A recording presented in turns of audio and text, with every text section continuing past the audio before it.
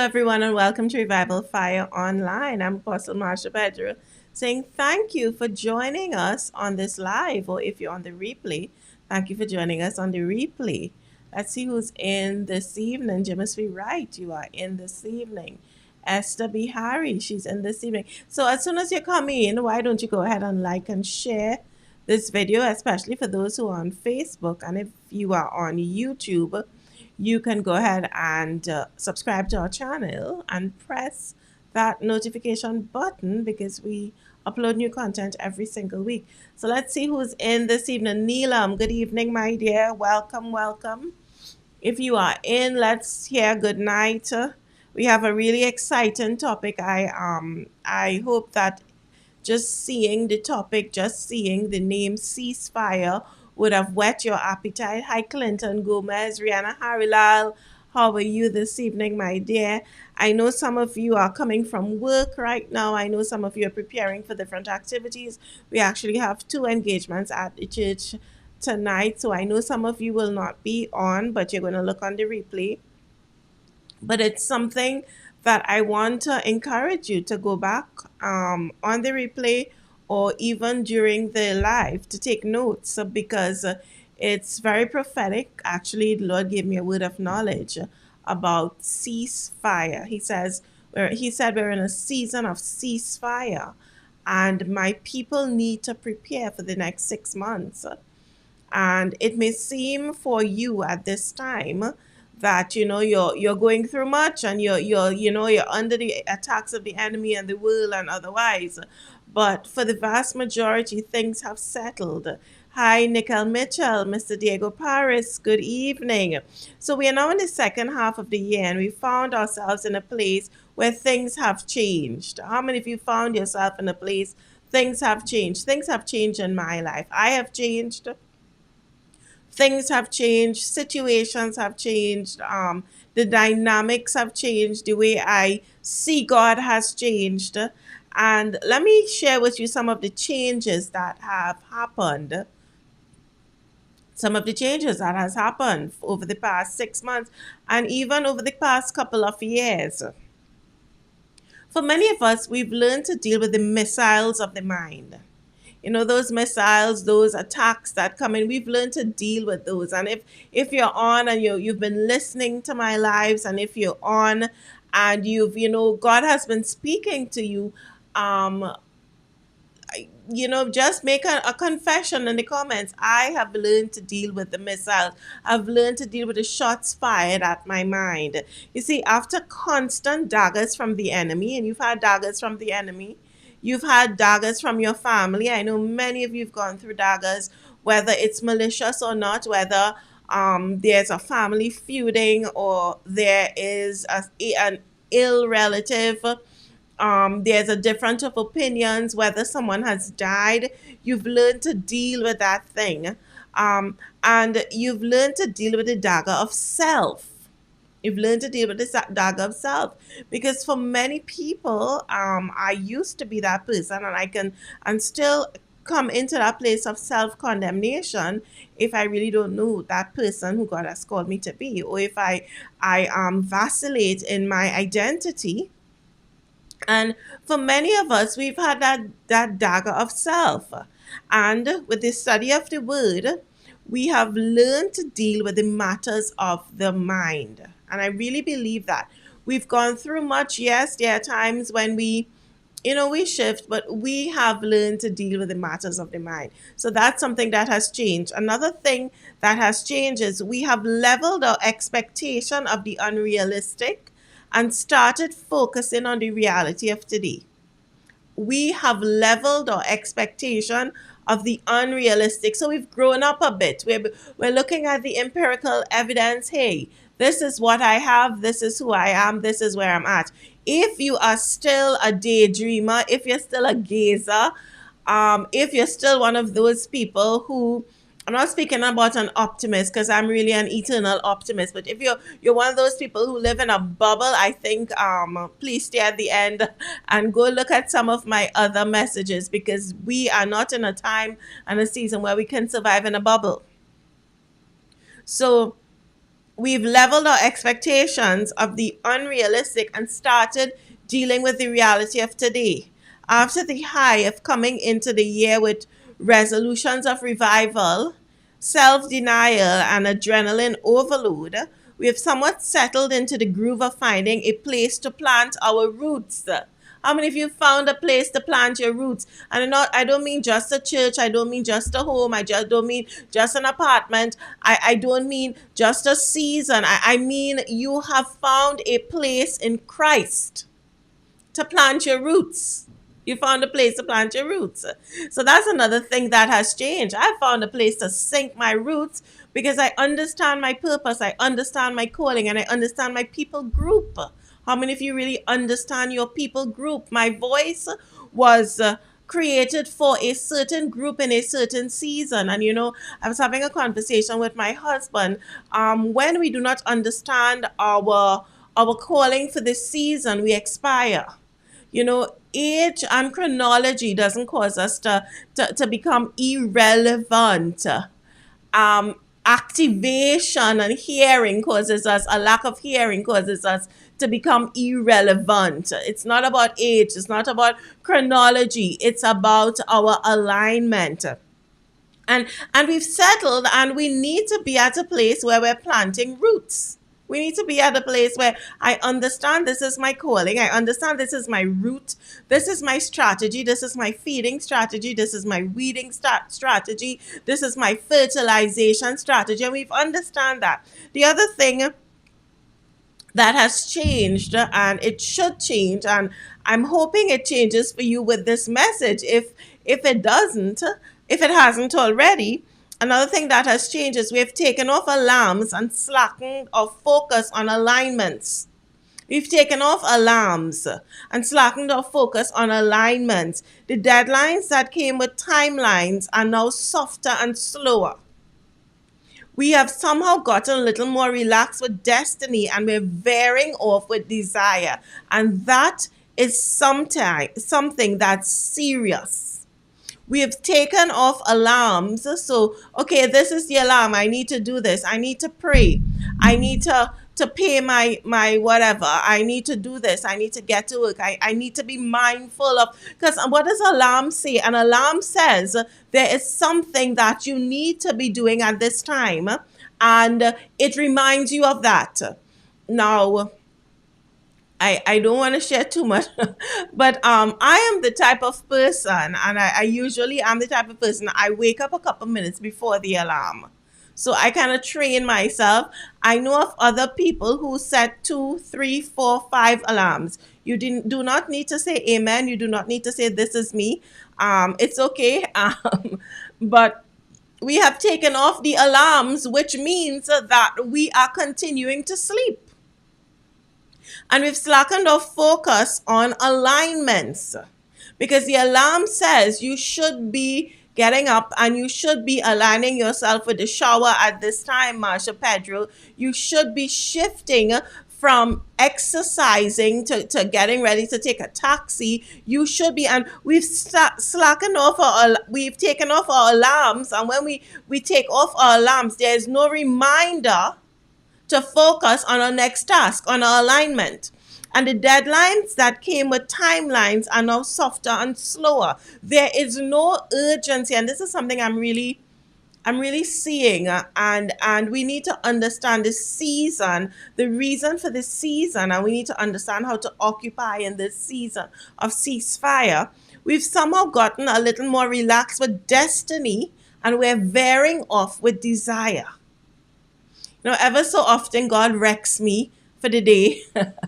And it's usually in a very inconvenient place, whether it's coming in a taxi, or it's having a conversation with one of you, or, just doing some exercise in the supermarket, cooking, at an inconvenient time when I'm straining some hot food. God wrecks me. Because I never want to get relaxed with destiny and gravitate to desire. And this is what we're doing. We are in a place where I call the middle, and we are at a time that I call ceasefire.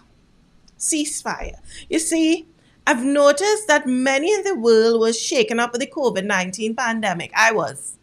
I don't know how many of you were. If you were, come on, let me just say, I was shaken up with the COVID-19 pandemic. There were those who fell away from the faith because they did not have the physical place to gather. I know that. There are those who really grew a closer relationship with God because the reality of eternity was magnified. And there were those who became closed because they simply wanted the benefits of God's protection, which are the understanding of God's covenant. And we cannot want the benefit of God's protection without understanding and engaging with God's covenants. Regardless of the reason, the pandemic is now over. I've told my husband this several times this past 5 weeks or so. The pandemic is now over. The pressure has now decreased, and we are in a time when the battle has seemed to end. It seemed. But this is the time of ceasefire. We need to understand that we are not in a battle, but we are in a war as children of God. So a war is made up of many battles, and that's something God spoke to me many years ago, because I felt I'd gone through so many things in a particular season. And that's when I came upon my favorite scripture verse, Job 23:10. And I felt as if, maybe I could breathe a sigh of relief, because this battle was over. And God said, Marsha, it's not a battle, it's a war. A war is made up of many battles. So you can rest or you can recover, because you're going to go through this thing again. So you need to put on your big girl armor. You need to put on the things that you need to put on, your confidence, your faith, because you're in this thing for the long run. The dictionary describes ceasefire as a temporary suspension of fighting. I describe ceasefire as a time when the enemy pauses the fire, your world becomes tolerable, and your life becomes more comfortable. The enemy or situations, the pauses the fire, and I want you to understand this, because many people are becoming relaxed. Many are not as passionate. Many are not as dedicated. Many are not as focused on that end goal, because the enemy pauses fire.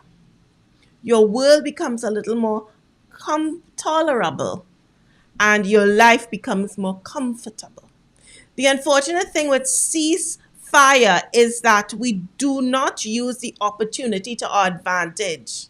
And I really want to wake up the body of Christ. I want to wake up those who are called by his name to understand this is not a time to sleep.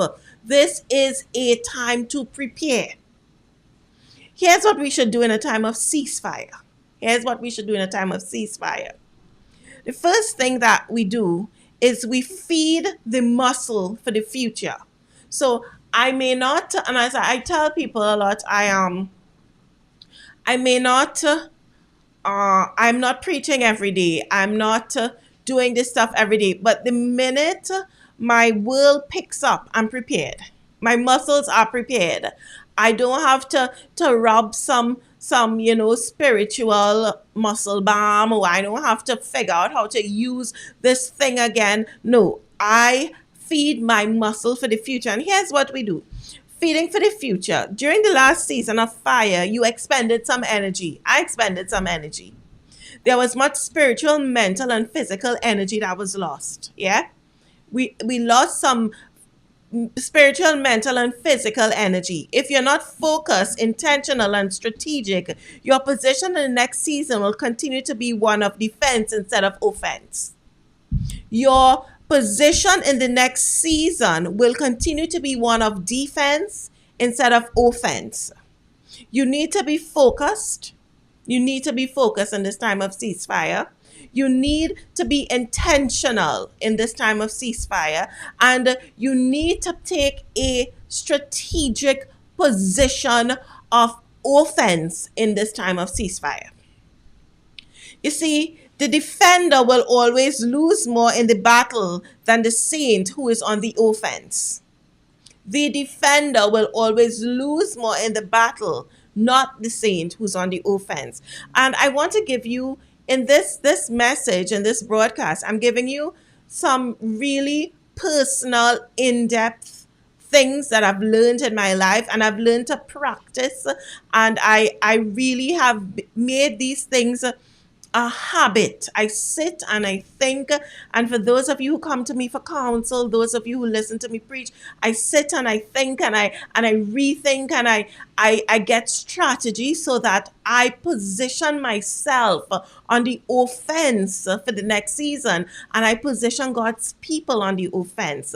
So here's some personal tips in transitioning from the defense to the offense position. First thing I would do, the first thing I would do, revisit the missteps of the past with an eye to fixing a misjudgment. So you're going back to the past. Many people would say you don't go back to the past. I fell several times. I had a certain physical injury. I had an IT band injury many years ago, and I did a specific thing that I should not have done with some exercise. And I revisited that after the pain, after the trauma that I did get a little trauma. After that, after the muscle relaxers, after all of that, I revisited that step, that that moment of misstep. I revisited that, and I said, whenever I'm able to do that move again, I'm not going to do it like that. You revisit the missteps of the past with an eye to fixing a misjudgment rather than casting blame on a person. I could have said my trainer didn't sufficiently get me warmed up. My trainer gave me a heavy, the weight was too heavy when I did that move. When I literally did that squat, I could have said that. But instead of blaming my trainer, I looked at the step that I took, and I realized that maybe I should have said no. Maybe I should have said something. Maybe I should have done it differently. What you see, for many of us, the problem is not people, it's perspective. For many of us, the problem is not the person, but it's your perspective. And that's one of my the things in my life that I've learned to very easily shift its perspective. And those who are around me who are not able to shift perspectives and shift ideologies and receive blame and accept blame rather than cast blame, they become very uncomfortable and they leave. Revisit the missteps of the past. And for many of us, the problem is not people, it's your perspective. I'll tell you something, and my husband always says that I cannot change people, I cannot fix people, I cannot modify people, but I can do it to me. I can do it to me. When we look at the fact of the past errors, we are able to put systems in place. We are able to heal and grow beyond the trap of the enemy. So the first thing you do in moving from that place of, and let me tell you, instead of saying defense, that place of offense, defense to offense, it could be that place of just being a wounded soldier to being a strong soldier in the army. That place of from being a victim to being a victor. That place from being a child who never has to a child who's a giver, who has extra to give. I've seen many people blame it on the manager, blame it on the spouse, blame it on the husband or the wife, blame it on the children. The fact is, when we look at our past errors, we are able to put systems in place. We are able to heal and grow beyond the trap of the enemy. It was a trap of the enemy. And in a time of ceasefire, we need to understand that perhaps our focus needs to change, our lens needs to change, and our perspective needs to shift. So that's the first thing you do, from moving from the defense to the offense position. That's one tip I have for you. Another tip that I have for you that I've lived is accept your loss, embrace the cross, and push forward into your destiny. Accept the loss. There are people who will continuously speak of your character.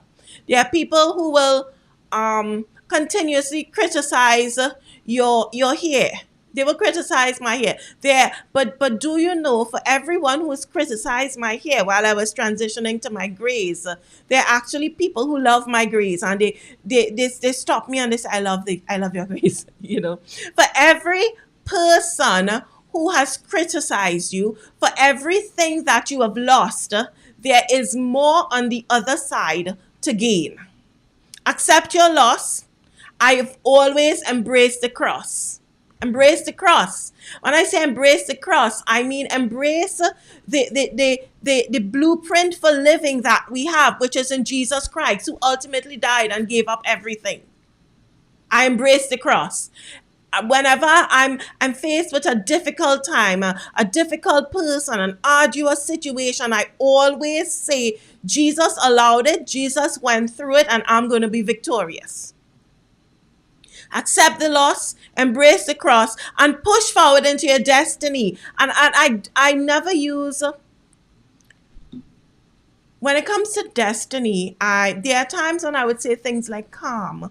But when it comes to destiny and embracing your destiny and moving into it, I always use words like running and pushing and being assertive, because there's an urgency and there's a clarion cry from the heavens for the sons of God to get into that place that He's called us to be, so that there's a manifestation. We know there's scripture for that.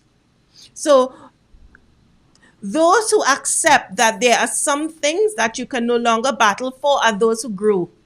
There's some things I can't battle for. I can't battle to have everyone love me. I can't battle to be 25 again. I can't battle to get that degree or that certification. I'm not going to do it if it's not part of God's destiny plan. I can't battle to be significant. I'm really not even going to battle to reverse my grades unless God says it. There are some things that we need to accept. Those who accept that there are some things that you can no longer battle for are those who grew. Those who grew. Those who continue fighting after a loss become victims of their past. They stunt their growth and they become hopeless. A sign of stunted growth is hopelessness. It's bitterness. It's a person who's always negative. It's a person who always sees the glass half empty. That's stunted growth. So accept your loss. That's the second tip I'll give to you. Accept your loss. Embrace the cross, the thing that Jesus did. And the cross is really the template for my life. And push forward into your destiny. Those who continue fighting after a loss become victims of their past. They stunt their growth and they become hopeless. And the third tip I have for you today is know your enemy and remember his strategy. And this is something that I've learned, and I've really, if I could draw a flow chart someday, I will teach you with flow charts and all of that. Know your enemy and remember his strategy. Yes, the enemy's strategies can change, but when you know your enemy, remember we have the one who's greater than the enemy who lives inside of us. And when I say your enemy, I mean, yes, the devil, but I also mean the things that are coming against you, whether it's the thing of depression, the thing of self-mutilation, the thing of whatever. Know your enemy and remember his strategy. If a spirit of fear is present, most times we elude the enemy. So if a spirit of fear is present, what do? We elude the enemy. We say, I do not want to go close to that dog.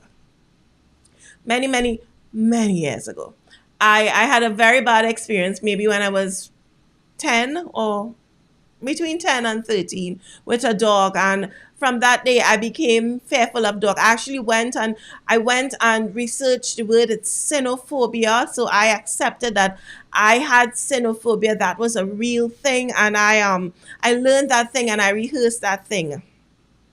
If a spirit of fear is present most times, what would I do is I avoided going to dogs. I would say to people, are we going to this person's home in the corporate world? I would say, are we going to this person's home? And if we were going to that person's home, I would say, do they have dogs? The person could have been whatever. I would always say, do they have dogs? And if they have dogs, are the dogs big or small? Because I try to escape. When we elude the enemy, we never confront his tactics, but we find comfort in escape. Then, as I got married, I would run behind my husband because he's dog proof. He is my dog protection. And of course, you know what he would say. He would immediately identify that spirit of fear and say, baby, you need to deal with that dog thing. You know, eventually I dealt with it. There are times when I have tremors, I will admit, but eventually I dealt with it because I realized eluding the spirit of fear is not dealing with the spirit of fear. We must know the enemy and remember his strategy. Today's escape doesn't guarantee tomorrow's safety. Just because I escaped that dog, and I may have escaped dogs, okay? You would have different things. You may have that temptation. You may have that situation. Today's escape, because my husband was with me today, doesn't mean that he's going to be with me tomorrow when I'm walking on the street and a dog just comes up. We must confront the enemy. We must deal with his lies, and we must replace them with truth, and we must close the open doors. So in this time of ceasefire, when we can think and we can regroup, we must go back in those places. Look at the enemy. How did the enemy come in the last season? He came in with a phone call. When he came in with a phone call, he came in with a WhatsApp message. That person sent me a WhatsApp message. And they sent me a picture, and that picture stimulated some physical reaction, whether it was lust, whether it was anger. My manager came to me and he said, Marsha Pedro, instead of saying, hi, Marsha Pedro, what did that happen? We need to go there, deal with that thing, remember the strategy that caused you to become riled up, confront that thing and replace it with the truth and close open doors. Yeah. So in a time of ceasefire and we're feeding for the future, another thing that we need to do in the time of ceasefire, we need to starve the cravings for the past. And we've had cravings for the past because what happens when we are not fighting and when we are not in war, what happens? Things of the past come back. Things of the past come back. People of the past come back. Memories of the past come back. The desires of the past were the crumbs that led us to the entrapment of the present. The desires of the past were the things, the crumbs, those little desires were the things that led us to the entrapment of the present. We must not entertain the things, the thoughts, and tactics of the past because they were places of defeat. So we need to starve the cravings for the past. Let me give you some tips that help destroy the cravings for the past. And I know it's not a topic that many people would want to admit that they have a craving for the past. I want to say a craving for the past. Let me get very cellular with this. Yes, I know many people will say, well, I used to lust in the past, or I had an extramarital affair in the past. I was a gambler in the past. I was I don't know all the things in the past. I did white collar crime in the past. When I speak about the past, I speak of a place of finding comfort in a place of depression. That could be something of the past. When I speak about the desires of the past, I speak of finding joy in having money because we have money. When I speak of the cravings of the past, I speak of feeling really good because you're sat and you slandered somebody's name because they said something about you.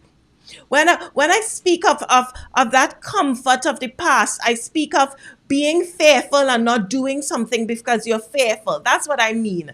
Because, we tend to look at the big things, but the cravings of the past, that place is a place that we live in mediocrity. It's a place that our identity was shaded by affairs. That's the past. So let's learn to Let me give you some tips that help destroy the cravings of the past.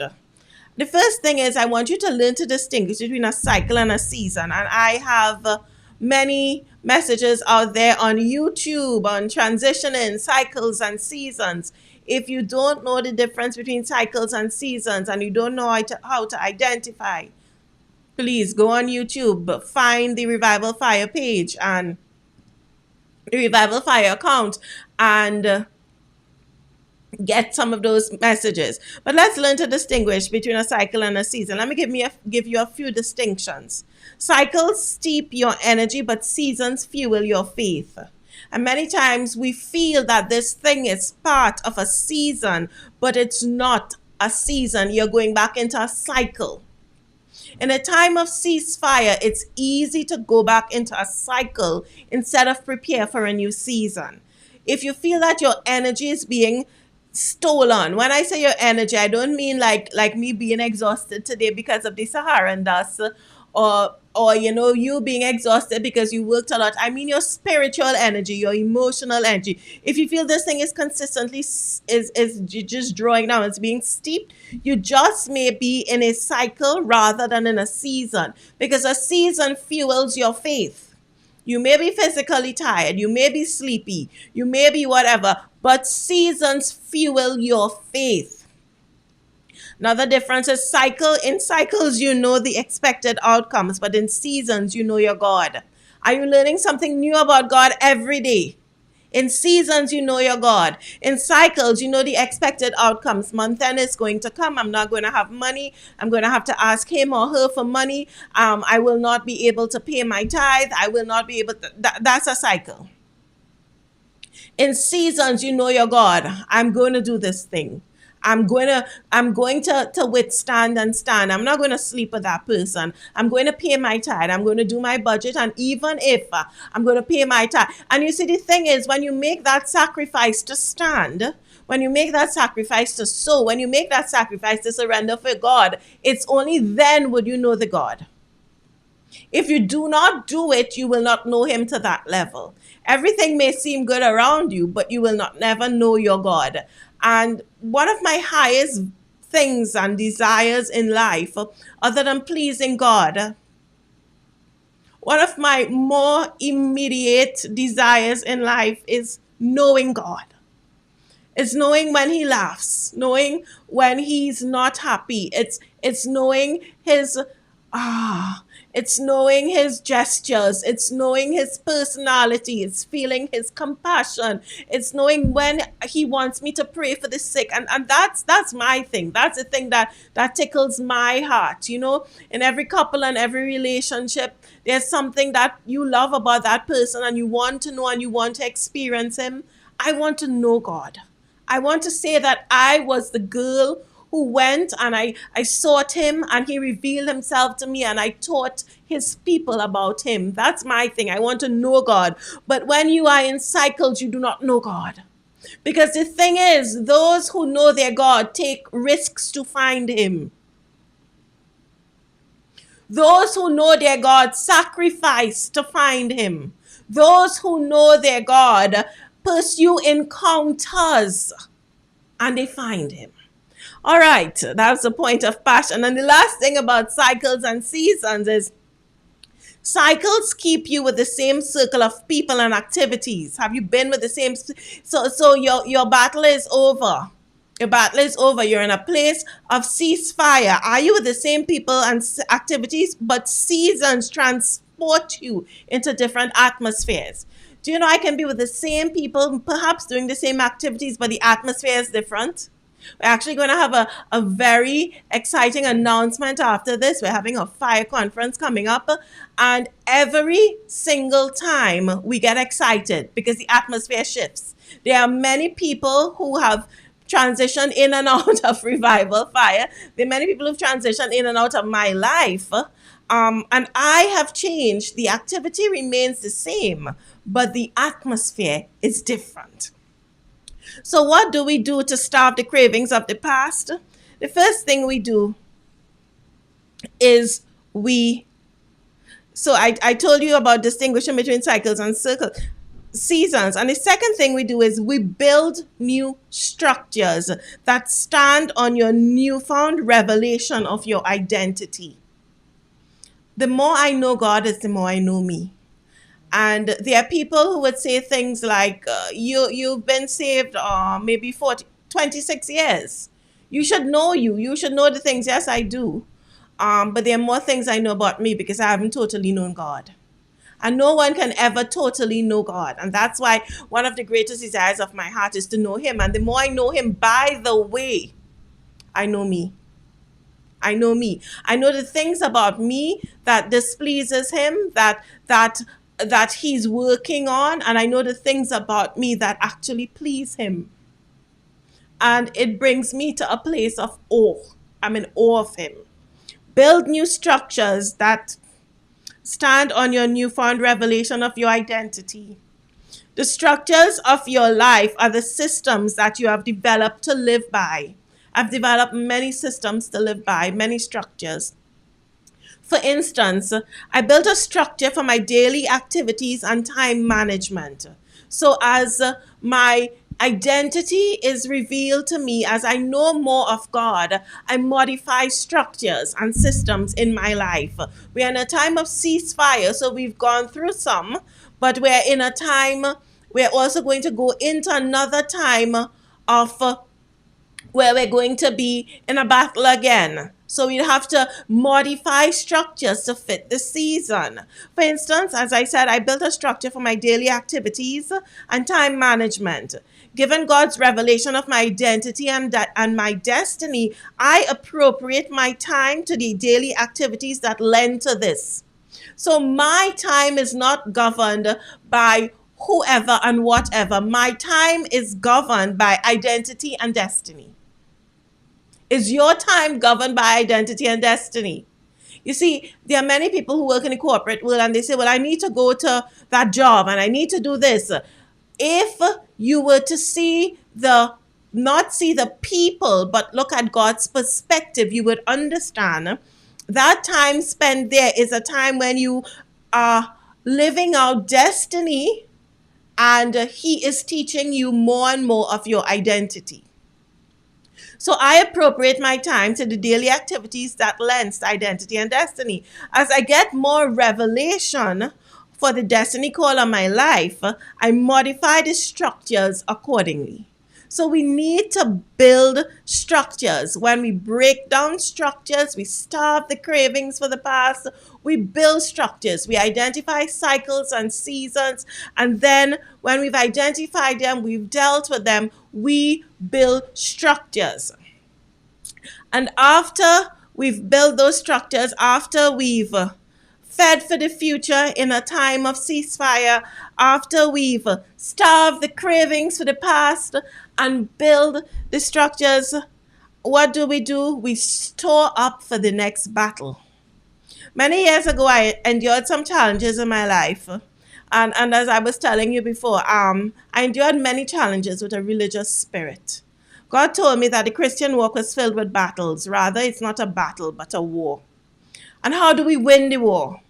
We win the war by storing up for the battles. You may be experiencing a lull right now, but something is brewing in the horizon. I want you to know that. And there's a parable of 10 virgins in the Bible. And it goes like this. At the time, the kingdom of heaven will be like 10 virgins who took their lamps and went out to meet the bridegroom. 5 of them were not wise, and 5 were wise. And the wise ones took their oil with them, and they took their lamps, and they prepared, they stored up, they built up. But the unwise ones, the wise ones, the unwise one took their lamps, but did not take oil with them. And the wise ones took oil in jars along with their lamps. And the bridegroom was long time in coming, and they all became drowsy and fell asleep. There was no activity. There was no big pandemic, endemic. There was no mind battle. They became drowsy. Everybody came drowsy and they fell asleep. It was a time of rest. It was a time of ceasefire. It was a time of waiting. At midnight, suddenly, The cry rang out, "Here's the bridegroom, come out and meet him." Then all the virgins, they just woke up. They woke up and trimmed their lamps. The foolish one said to the wise, "Give us some of your oil. Our lamps are going out." They said, "No, there may not be enough for both of us and you. Instead, go to those who sell oil and buy some for yourselves." But while they were on their way to buy the oil, the bridegroom arrived. Destiny's opportunities are coming. The next battle is coming. That spouse is coming. That preaching appointment is coming. That working capital is coming. That IPO is coming. That job vacancy is coming. And while they were on their way to buy the oil, the bridegroom arrived. The virgins who were ready went in with him to the wedding banquet, and the door was shut. Later, the others also came, and they said, "Lord, Lord." After the door for this opportunity is shut, that's it. "Lord, Lord," they said, "open the door." But he replied, "Truly, I tell you, I don't know you. I don't know you. Therefore, keep watch, because you do not know the day or the hour." And that's a parable. It's important in this season that you store up for the next. Let me give you my tips as you continue to store in this season. And this is my last point. Store in wise places. Wisdom will help you store in places where your strength, your resources, and influences are not depleted. You will learn strategies to conserve and multiply the little that you have. So you store in wise places.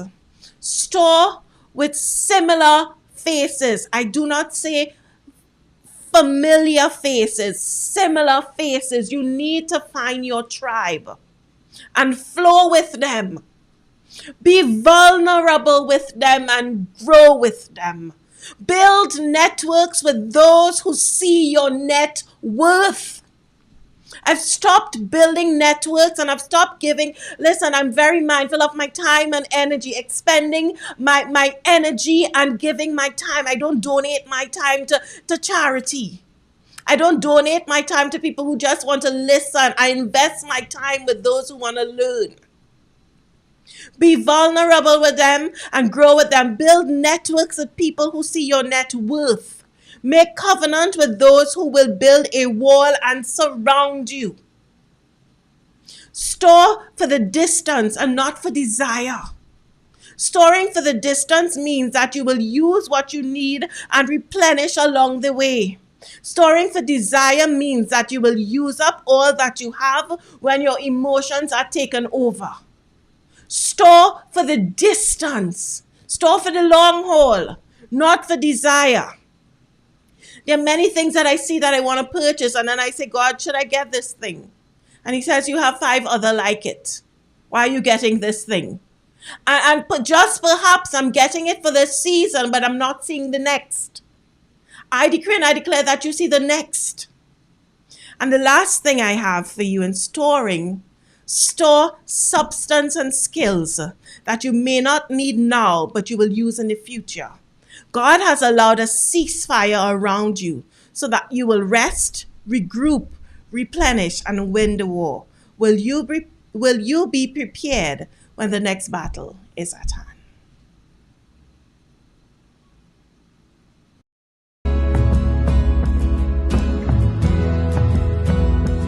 Hello, my name is Apostle Louis Dickens, and I'm so excited to be with my good friends, Apostle Brent and Marsha Pedro, at the Fire Conference, July 30th through August 1st at Revival Fire Apostolic Center. The services are going to be 7 p.m. nightly in Marabella, Trinidad, West Indies. I am so excited, Trinidad. We're going to have fire. God's going to meet us with miracles, signs, and wonders, miraculous glory, revelation. If you know people who need to be healed, if you know people who need to be delivered, if you know people who just want to experience God's presence at a great degree and a great measure, God is going to be there. We are trusting God. We're fasting and praying prior to getting there, and we're believing that God is going to do a mighty thing. Amen. Meet us there. It's going to be fire. God bless.